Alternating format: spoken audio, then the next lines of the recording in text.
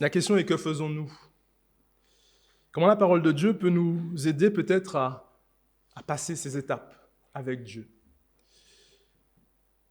Le but, ce n'est pas de dire, il n'y a qu'un faucon, il faut que je fasse ci, je fasse ça. Mais peut-être qu'on peut trouver dans la parole des principes et des pistes pour nous aider à avancer dans l'étape que le Seigneur a préparée pour nous. Étape spirituelle, étape de vie, étape professionnelle.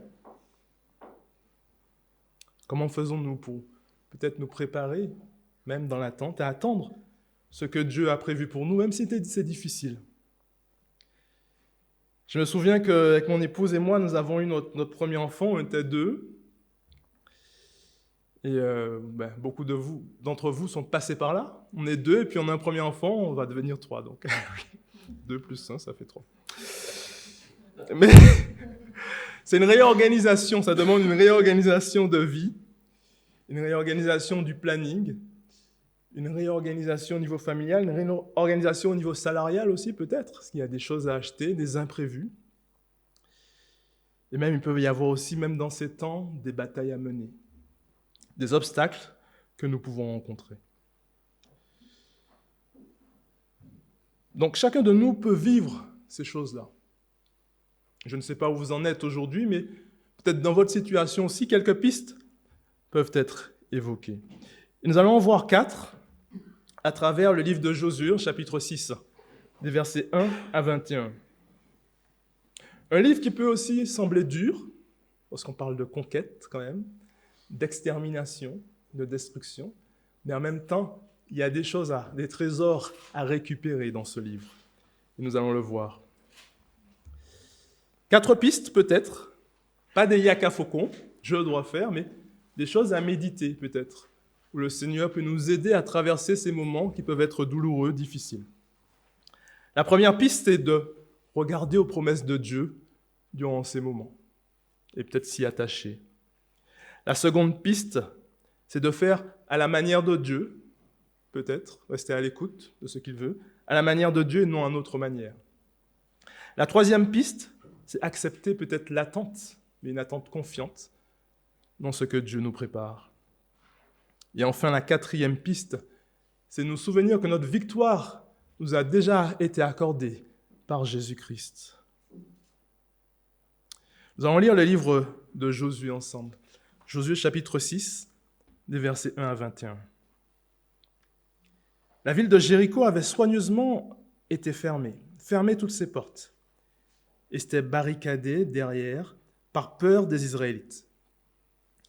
Plus personne n'entrait ni ne sortait par ces portes, et l'Éternel dit alors à Josué, « Regarde, je te livre Jéricho, son roi et tous ses guerriers. Pendant 6 jours, toi et tous tes soldats, vous ferez chaque jour le tour de la ville, 1 fois par jour.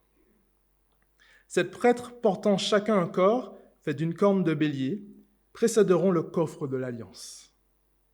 Le 7e jour, vous ferez 7 fois le tour de la ville, et les prêtres sonneront du corps. Quand le peuple les entendra produire, avec leur corps en son prolongé, tout le monde poussera un grand cri, et les remparts de la ville s'écrouleront sur place. Alors le peuple donnera l'assaut, chacun droit devant soi. Josué, fils de Nun, convoqua les prêtres et leur dit, « Chargez le coffre sur vos épaules, et que 7 d'entre vous prennent 7 corps, faits de cornes de bélier, et marchent devant le coffre de l'Éternel. » Puis il dit au peuple, « En avant, faites le tour de la ville, et que les hommes armés précèdent le coffre de l'Éternel. » Le peuple fit comme Josué l'avait ordonné. 7 prêtres, portant 7 corps, faits de cornes de bélier, passèrent devant l'Éternel, et se mirent à sonner de leurs instruments, tandis que le coffre de l'Alliance suivait. Les hommes armés les précédaient, une arrière-garde aussi suivait le coffre. Ils marchaient au son du corps. Josué avait donné cette consigne au peuple. Pas de cri, restez muets, ne dites pas une parole, jusqu'au jour où je vous ordonnerai de pousser des cris. Le lendemain, Josué se leva de bon matin, et les prêtres chargèrent le coffre de l'Éternel sur leurs épaules. 7 prêtres, portant 7 corps, faits de cornes de bélier, se mirent en route devant le coffre de l'Éternel, en sonnant de leurs instruments. L'avant-garde les précédait et l'arrière-garde suivait le coffre de l'Éternel. Ils marchaient au son du corps, des corps. Ils refirent une fois le tour de la ville, ce jour-là, avant de regagner le camp. Ils firent ainsi pendant 6 jours. Le 7e jour, ils se levèrent dès l'aurore et firent 7 fois le tour de la ville, de la même manière. C'est le seul jour où ils en firent 7 fois le tour.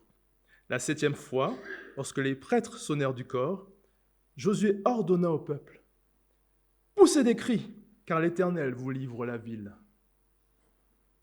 La ville avec tout ce qu'elle contient sera vouée à l'Éternel. Seul Rahab, la prostituée, sera laissée en vie avec tous ceux qui se trouveront dans sa maison, car elle a caché les hommes que nous avions envoyés. Mais attention, prenez bien garde à ce qui doit être voué à l'Éternel. Ne prenez rien de cela, sinon vous placeriez le camp d'Israël sous une sentence de destruction, et vous lui attireriez le malheur. Tout l'argent et l'or, tous les objets de bronze et de fer seront consacrés à l'Éternel, et on les mettra dans son trésor. Oui. On sonna donc du corps. Dès que le peuple l'entendit, il poussa un formidable cri, et le rempart s'écroula sur place. Aussitôt, les Israélites s'élancèrent à l'assaut de la ville, chacun droit devant soi. Et ils s'en emparèrent. Ils exterminèrent par l'épée pour les vouer à l'Éternel, hommes et femmes, enfants et vieillards, taureaux, moutons et ânes, tout ce qui vivait dans la ville. Ainsi la parole de Dieu. On voit que la fin est un peu brutale, si on peut dire. Et pourtant, ce texte a beaucoup à nous apprendre encore aujourd'hui. Je vais prier. Seigneur, merci pour ce temps de parole qui fait partie de notre adoration. Nous voulons nous mettre à l'écoute complètement. Conduis-nous, dispose nos cœurs. Viens chasser de notre esprit toutes les pensées qui ne seraient pas de toi, Seigneur, et aide-nous à être concentrés sur toi. Parle à nos cœurs ce matin. Au nom de Jésus-Christ, amen. Voilà que donc Josué, oui, il a succédé à Moïse, et Moïse, vraiment, c'était le libérateur par excellence. Celui avec qui on le connaît, avec les plaies d'Égypte. Il libère ce peuple, lui fait traverser le désert quand même. Moïse aussi qui sera en relation directe avec Dieu durant toutes ces années. Et Josué lui succède. Mais pour Josué, c'est d'abord une première bataille militaire, sa première véritable bataille militaire. Josué est à la tête du peuple, mais surtout, ils ont traversé le Jourdain. Donc il y a une étape qui se termine, et là, ils rentrent dans le pays de Canaan. Ils sont à l'entrée, à l'orée, si on peut dire, mais il y a un nouveau défi, c'est la ville de Jéricho. Si cette ville n'est pas prise, alors la conquête ne peut pas être menée. La bataille de Jéricho est d'abord une bataille non militaire, mais une bataille spirituelle. Une bataille spirituelle où il y a des remparts, donc des forteresses, et pourtant, ceux-ci doivent être passés. Il nous a dit que la ville de Jéricho avait soigneusement fermé ses portes, et c'était complètement barricadé, nous est-il dit, versets 1 et 2, par peur des Israélites. Et plus personne n'entrait ni ne sortait par ces portes. Et pourtant, l'Éternel dit à Josué à ce moment, « Regarde, je te livre Jéricho, son roi, et tous ses vaillants guerriers. » Imaginez cette ville qui est complètement fermée, ou même vous êtes devant une situation compliquée, devant des portes fermées, une situation de vie compliquée, et pourtant Dieu vous dit, regarde, je te donne cette situation. Et pourtant Josué ne réagit pas. Il ne dit pas, mais Seigneur, mais la ville est barricadée, je fais quoi? Non, il accepte, et fidèlement, il obéit à Dieu. Il reçoit cette promesse de Dieu parfaitement. La première piste pour nous peut être à travers des étapes que nous avons à passer avec Dieu. Où nous pouvons aussi rester dans l'entre-deux, c'est de regarder aux promesses de Dieu. Le Seigneur qui nous dit aussi ce matin, peut-être regarde, j'ai cela pour toi, mais peut-être ça demande aussi d'attendre, mais de me faire confiance. La ville de Jéricho est d'abord, une ville assez importante. Les murailles, paraît-il, faisaient 8 mètres de haut avec des remparts et 2 mètres de largeur. C'est une ville aussi où il y a eu, au niveau des débris, des décombres, plusieurs fouilles archéologiques au XVIIIe, XIXe siècle pour vraiment confirmer ce qui s'était produit. Mais c'est donc une ville fortifiée, presque imprenable. Comment faire alors ? Nous aussi, dans notre vie, face à des remparts, peut-être des obstacles qui peuvent paraître insurmontables, on peut avoir tendance à avoir envie de reculer, ou même douter, se questionner. Mais là encore, le Seigneur peut-être nous appelle à nous souvenir de ses promesses pour nous. Dans l'Épître aux Éphésiens, Dieu nous rappelle qu'en Jésus-Christ, nous avons été élus avant la fondation du monde, choisis par Dieu, aimés par Dieu.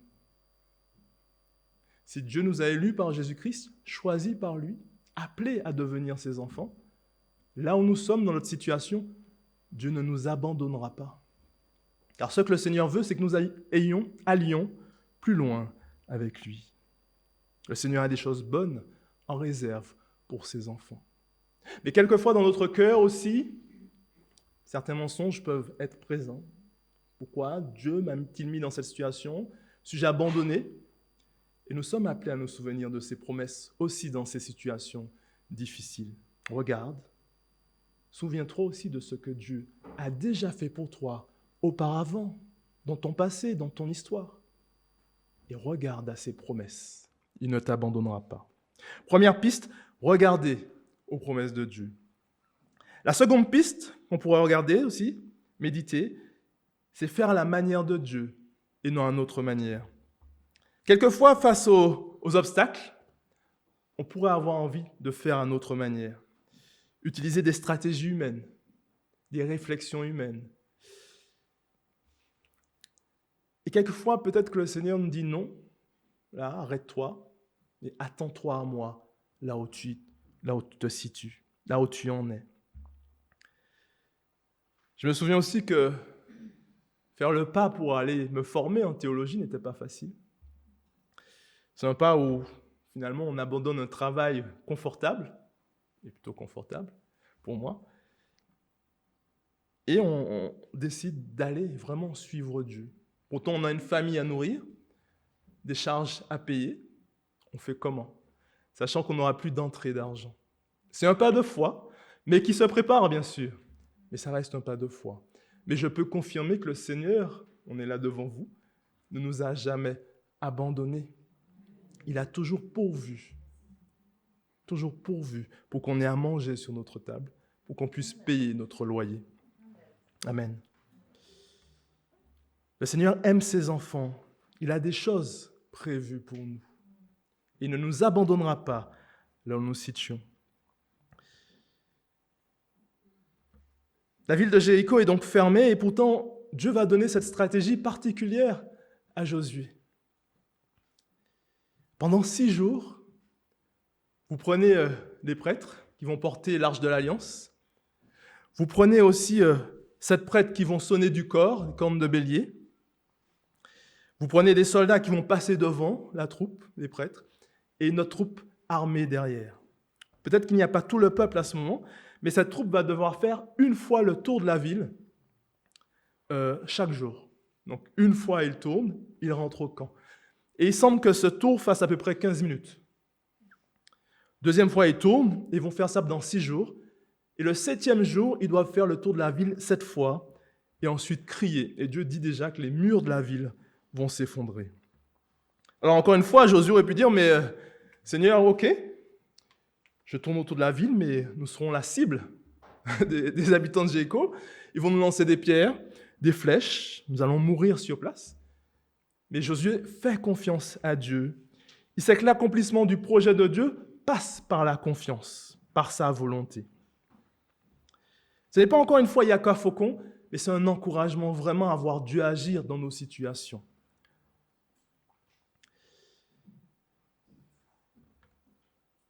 Quelquefois, Dieu nous amène aussi à débuter une marche, peut-être, avec lui. Une marche où on ne sait pas où cela nous conduira, mais même là, nous pouvons avoir confiance que Dieu, lui, sait et qui nous amènera à bon port. Dieu demande donc une obéissance inconditionnelle à ce moment. Et le peuple doit obéir à Dieu et lui être fidèle. Il en est de même du salut, c'est Dieu qui nous appelle au salut et qui déclare comment on est sauvé. Ce n'est pas nous qui choisissons, c'est bien Dieu qui déclare ce qu'il faut pour être sauvé, placer sa foi en Jésus-Christ crucifié et ressuscité. Et cela inclut la repentance donc et la foi. Celui qui croit n'est pas jugé, mais celui qui ne croit pas est déjà condamné. Se croire est lié à l'adhésion aux vérités bibliques, mais surtout à croire que Dieu est celui qui sauve et qui nous donne un salut, une libération parfaite. Ainsi, dans cette marche peut-être dans laquelle nous avons débuté, où nous voyons des obstacles peut-être sur notre chemin, faisons confiance à Dieu, qu'il sait, lui, où il nous conduira. La troisième piste, c'est accepter le temps d'attente avec Dieu.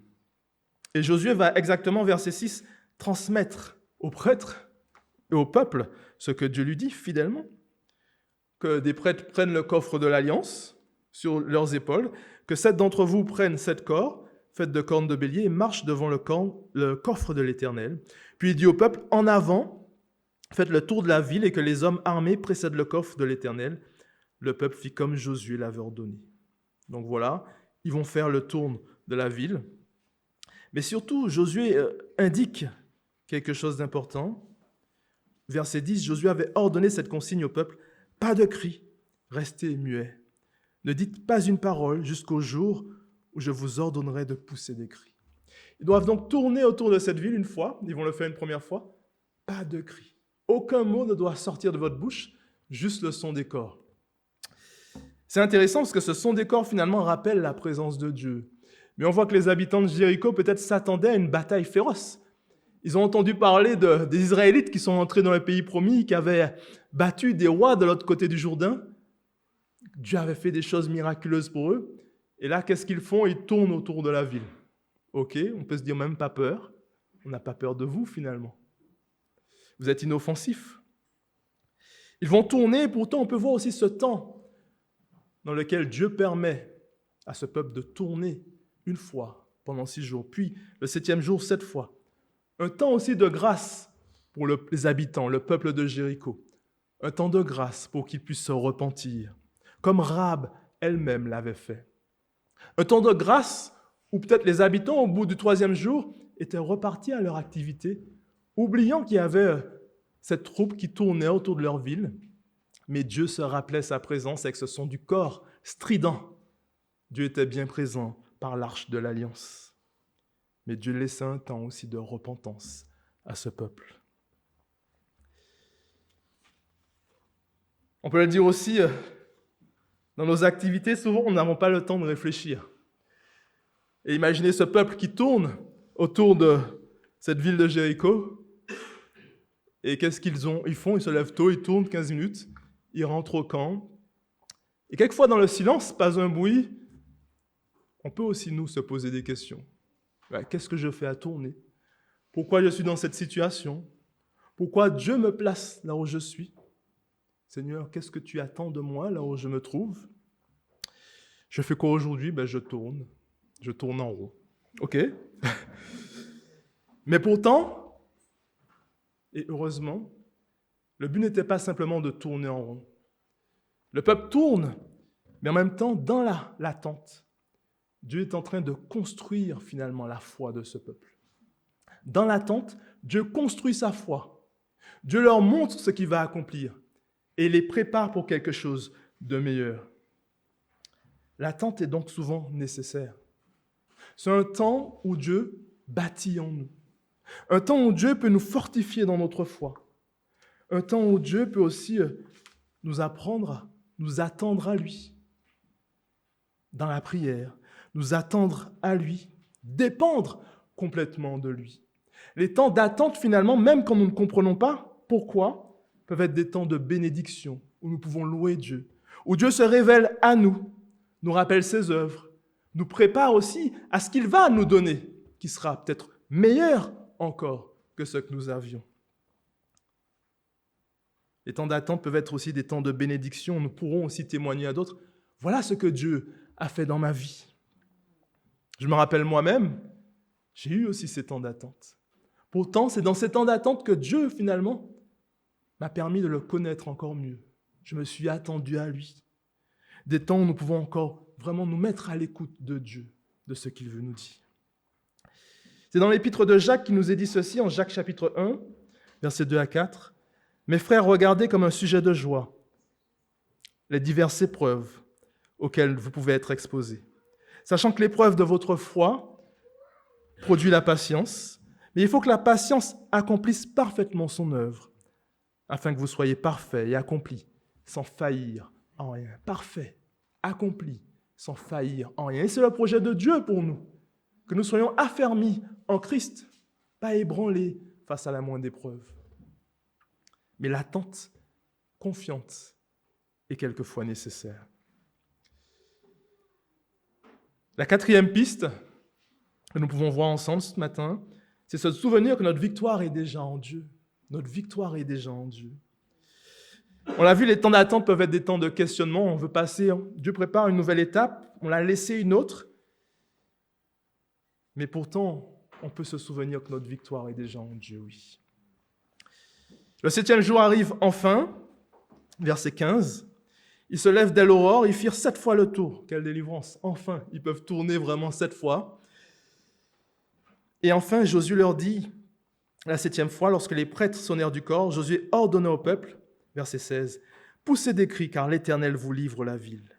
La ville, avec tout ce qu'elle contient, sera vouée à l'Éternel. » Mais là, vraiment, imaginez ça, ça demande une foi commune quand même. Vous pouvez dire à quelqu'un, viens, on va tourner ensemble 1 fois, 2 fois, et la 3e fois, il va vous dire, mais non, moi, j'ai plus envie de tourner. Là, on voit vraiment un peuple où Dieu a bâti cette foi. Une foi commune qui a été construite aussi dans l'attente, dans les épreuves avec Dieu, dans ce qu'ils ont vécu avec le Seigneur, de telle sorte qu'ils peuvent lui faire confiance et être fidèles finalement au Seigneur. La foi, ce n'est pas simplement rester là et attendre, mais la foi, c'est aussi finalement croire en ce que Dieu est en train de faire et ce qu'il fera aussi pour nous par la suite. Je sais que ça peut être difficile quelquefois de dire ça. Je sais que ça peut être éprouvant, se dire, ok, il vient, il prêche, je dois avoir la foi, faire confiance à Dieu, mais moi, dans ma situation, ok, je fais quoi en attendant? Et c'est là que la parole aussi nous motive. La parole aussi est là pour nous permettre de nous dépasser, de nous rappeler que Dieu est présent et que la vie chrétienne, ce n'est pas une vie qu'on mène par la vue, mais par la foi, dans la confiance du Dieu qui agit et qui règne. Le 7e jour est donc arrivé, qui rappelle aussi peut-être le sabbat. Il y a un chiffre 7 qui revient souvent sans pousser à l'extrême l'interprétation de ce chiffre, mais qui rappelle un peu le sabbat, le jubilé que le Seigneur offre, la 7e année par exemple. Un temps où, malgré le silence, malgré le fait qu'ils ne comprennent pas eux ce qu'ils font, le corps qui est sonné rappelle que Dieu est présent et qu'il prépare pour eux quelque chose de meilleur encore. Un repos avec lui dans ce pays promis. Il y a quelque chose un commentaire quand même qui vient ici, et je l'ai dit, ce texte peut paraître dur. Tout ce qui est dans la ville doit être anathème. Dans l'hébreu, c'est érem, voué à l'Éternel. C'est-à-dire que tout doit être détruit. Détruit. Seuls les trésors, l'argent, l'or, les ustensiles de bronze, d'argent doivent aller dans le trésor du Seigneur. Je parlais dernièrement avec quelqu'un qui me disait, moi je ne prêche pas sur ce genre de texte. Ce sont des textes trop durs. On parle d'extermination, de conquête. Comment un Dieu bon peut permettre une extermination quand même? Comment un Dieu bon peut permettre une destruction totale? Et c'est là que finalement on a besoin de bien comprendre l'histoire biblique pour ne pas se tromper aussi. Souvent on met en avant l'amour de Dieu. Mais l'amour de Dieu ne va pas sans la justice de Dieu. Et la justice de Dieu ne va pas sans l'amour de Dieu. Les deux attributs vont ensemble. Dire que Dieu est amour, c'est aussi dire que Dieu est juste, car il est le Dieu qui déteste le mal, le péché. Dans le prophète Ésaïe, le Seigneur dit « J'aime la justice et j'ai l'iniquité et l'injustice. » Mais on le voit, le Seigneur Le péché ne peut pas demeurer dans la présence d'un Dieu saint. Et souvent donc, dire que Dieu est amour, certains ont parlé de l'impassibilité divine, c'est-à-dire que si on me dit que Dieu est amour, comment dire à quelqu'un touché par les injustices du mal, par le mal qui se fait dans ce monde, mais Dieu t'aime, ok, mais je souffre. Qu'en est-il alors ? Que dire aux affligés, à ceux touchés par les guerres injustes, par l'œuvre des méchants ? Mais Dieu t'aime, mais il ne peut rien faire face à ta souffrance et au mal qui se fait. Est-ce qu'alors dire Dieu est amour, est-ce que c'est vraiment crédible ? Non, la parole nous parle de l'amour de Dieu, mais aussi de sa justice. Une justice que Dieu accomplit déjà par les tribunaux, les gouvernements, les tribunaux, les magistrats que Dieu a voulu dans ce monde et qui accomplissent déjà la justice de Dieu. Mais une justice aussi que Dieu accomplit aussi parfaitement à la croix. La croix est la réponse parfaite de Dieu justement face au mal, au péché, aux injustices des méchants. C'est à la croix que se réunissent l'amour de Dieu, car le Fils qui vient et qui se donne sans rien en retour, et la justice de Dieu, car la colère qui nous était réservée, la condamnation qui nous était réservée, retombe sur le Christ. Amour de Dieu et justice à la croix vont ensemble. Et à la croix aussi, Dieu a débuté une complète victoire. Comme ces hommes qui crient avec le son du corps, à la croix, le Seigneur leur rappelle, tout est accompli. C'est par la croix que Dieu appelle des hommes qui étaient endurcis et des femmes, dont nous étions. Des hommes qui avaient le cœur endurci, qui faisaient le mal, endurcis dans leur péché. Eux aussi qui faisaient le mal. Pourtant, Dieu nous a appelés à transformer notre cœur, en donnant un cœur nouveau, un cœur où la loi de Dieu est inscrite dans nos cœurs désormais, par l'œuvre de l'Esprit. Un cœur capable d'accomplir désormais, de comprendre la justice de Dieu. Vous savez, sans l'œuvre de Dieu, vous pouvez parler à quelqu'un peut lire la Bible sans jamais la comprendre. Quelqu'un peut parler, on peut lui parler de la justice de Dieu, il ne la comprendra pas. Car il y a besoin que Dieu agisse dans les cœurs pour transformer les cœurs de pierre en cœurs de chair, comme il dit dans le prophète Jérémie. L'apôtre Paul le rappelle lui-même, il était le premier des avortons, lui il a persécuté l'Église, et pourtant Dieu lui a fait grâce. Dieu l'a appelé, lui, qui est devenu le témoin de cette grâce de Dieu auprès des païens. Et enfin, donc, le mur tombe, ils vont crier, le mur tombe, et c'est vrai qu'ils vont y aller, conquérir cette ville, et malheureusement, extermination par l'épée, vouée à l'Éternel d'hommes, femmes, enfants, vieillards, taureaux, moutons et ânes, verset 21. Des choses qui peuvent sembler dures, mais ces textes sont nécessaires aussi à prêcher. Pourquoi je vous dis cela ? Ce sont des textes qui sont là pour nous tenir en éveil et pour nous rappeler aussi que nous devons tout à l'Éternel, tout au Seigneur.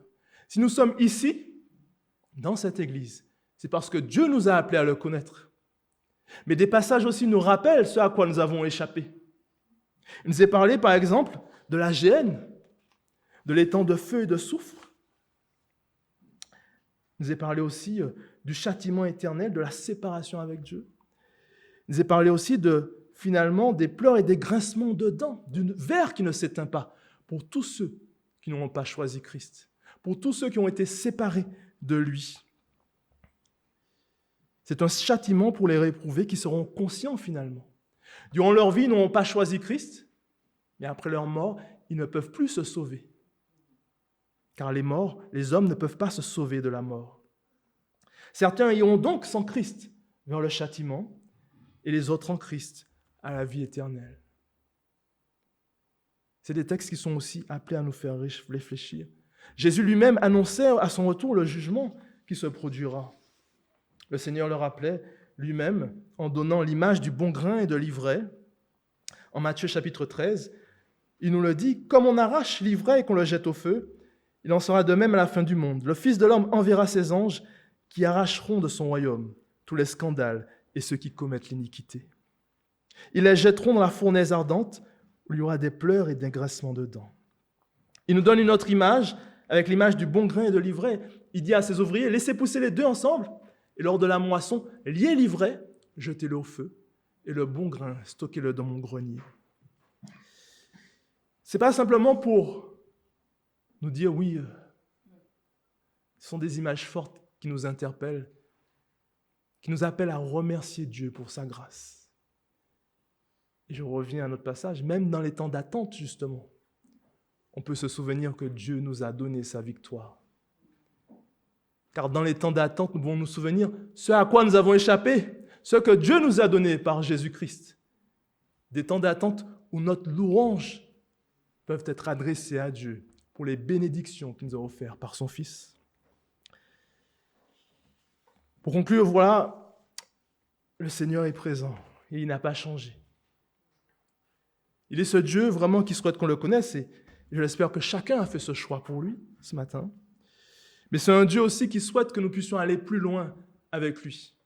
Et bien sûr, ça passe parfois par des temps difficiles et on peut avoir nos Jéricho, je veux dire, nos forteresses, nos combats, nos obstacles. Mais même là, Dieu est présent. Il est ce Dieu qui nous appelle à nous confier, à regarder à ses promesses. Le Dieu qui nous rappelle finalement de nous attendre à lui et de faire à sa manière, non à la nôtre. Le Dieu qui nous appelle aussi à une attente confiante qui est parfois nécessaire, car Dieu bâtit et construit et nous prépare peut-être à recevoir ce qu'il a prévu à l'étape supérieure. Et puis un Dieu aussi qui nous rappelle que même dans l'attente, la victoire est déjà pour nous, car le Christ a aussi donné ce cri finalement, ce son, tout est accompli à la croix. Tout est accompli pour nous. Le salut que Dieu nous a accordé est un salut dans lequel nous pouvons nous confier. Mais c'est un salut aussi, on l'a compris aussi, qui nous engage aussi vers les non-croyants, ceux qui ne connaissent pas Christ. Quand on comprend finalement le sort de ceux qui ne connaissent pas le Seigneur, que nos cœurs aussi soient des cœurs vraiment, qui est un cœur pour les non-croyants. Un cœur pour témoigner l'Évangile dans la société. Amen.